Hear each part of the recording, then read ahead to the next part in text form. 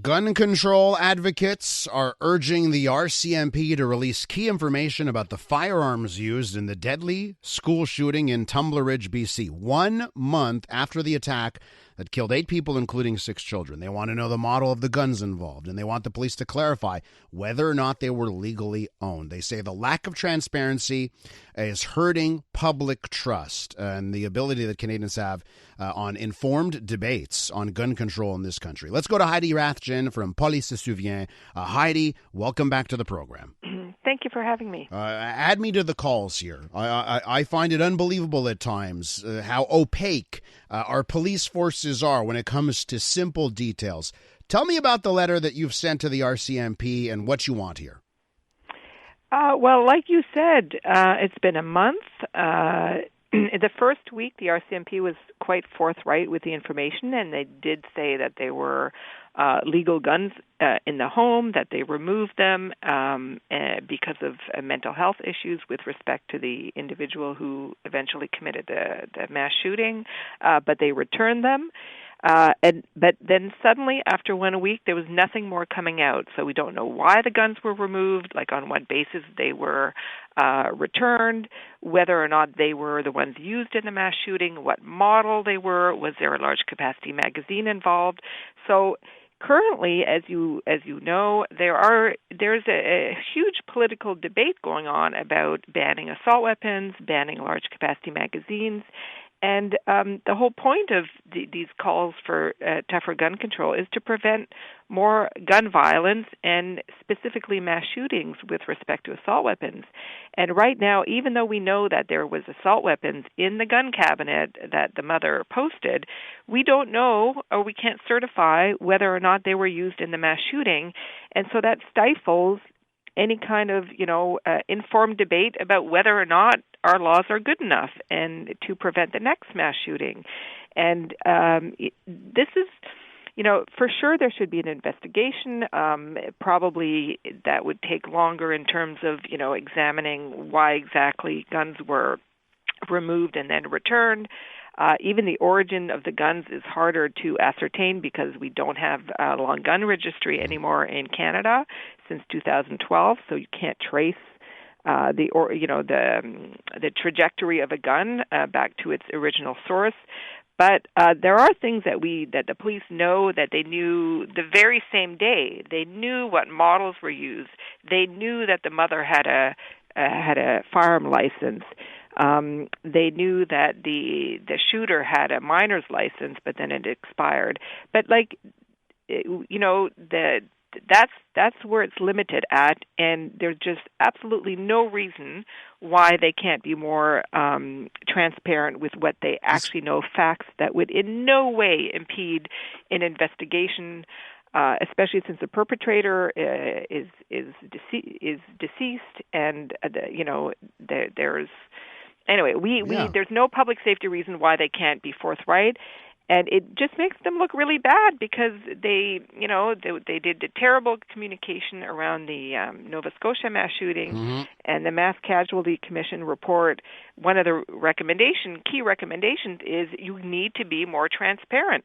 Otherwise, the public will lose trust in you. And now it's like they didn't learn anything, and they're repeating the same mistakes, and it makes people think that they're covering up for, their procedures, and maybe even for the government. We don't know because, the weapons that two of the weapons that were in possession of in the gun cabinet are assault weapons that groups like ours say should be banned, and one of them, the SKS, is not banned. And that's one that we keep saying that it's not.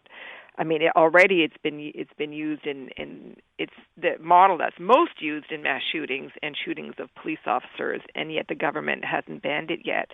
I mean, it would be relevant to know whether or not an SKS was used to shoot children in a mass shooting, don't you think?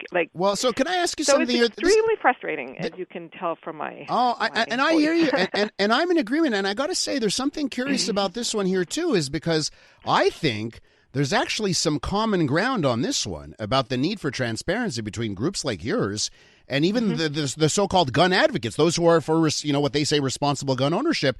Because, when I've spoken to them, or I've spoken even to police groups, like they will say to me, like, it's ridiculous how in this country we can't even say, well, what percentage of guns were smuggled in illegally from U.S. that were used in, let's say, gun violence on the streets, that kind of stuff. It seems like we don't keep track of this stuff. We don't want to tell the public about this stuff. And you know, like, because they would say, like, if you just found out what percentage of these guns are actual legal guns, you'd be astounded. But we don't have the data. It seems ridiculous. Exactly. And to me, it points to, I mean, I don't know. You have to ask the authorities. But why would you want to hide that? If not, like, and this is a pattern. You know, when I started out in 1989 after the Polytechnic shooting, the public knew the next day, you know, what gun was used, and they figured out where it came from. And this, like, the police was very transparent, and, you know, we had all kinds of debates, and one of them was gun control, and it was an informed debate.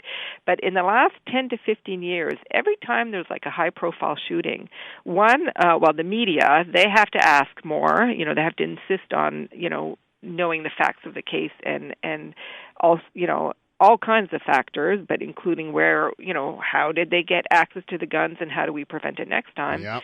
But also the police will not share that information, often for months and years, and often we find out only by chance because it's mentioned if there's a court case, if the perpetrator is still alive and has to go to court.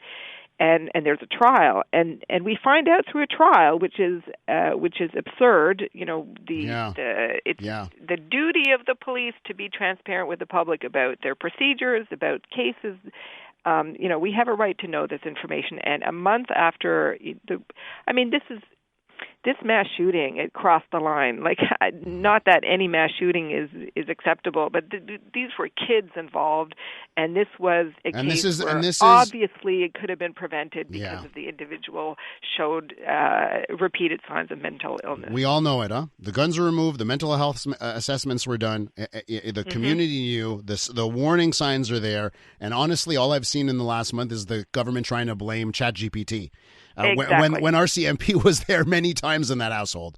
Heidi, listen, we have to leave it there. Thanks for coming on. Appreciate your time. Well, thanks for having me. That's Heidi Rathjen from PolySeSouvient. Poly Remembers. When we return on the Elias Makos Show, we're going to be taking a look at legal guarantees on homes. 4 out of 10 houses sold in Quebec are sold without a legal guarantee, legal warranty. Well, when you're buying a house, should you be looking at that? We'll discuss next. The newest tracks. Let's go. New music. And the next big thing. Always on the new music first. Your first place to hear it all. 'Cause you gon' like it, love it, wanna play it twice. Playing now. iHeart New Music. Your digital station for brand new drops, fresh finds, and tomorrow's bangers. I think we need something new. Discover iHeart New Music. Always fresh, always first. Stream now on the free iHeartRadio app.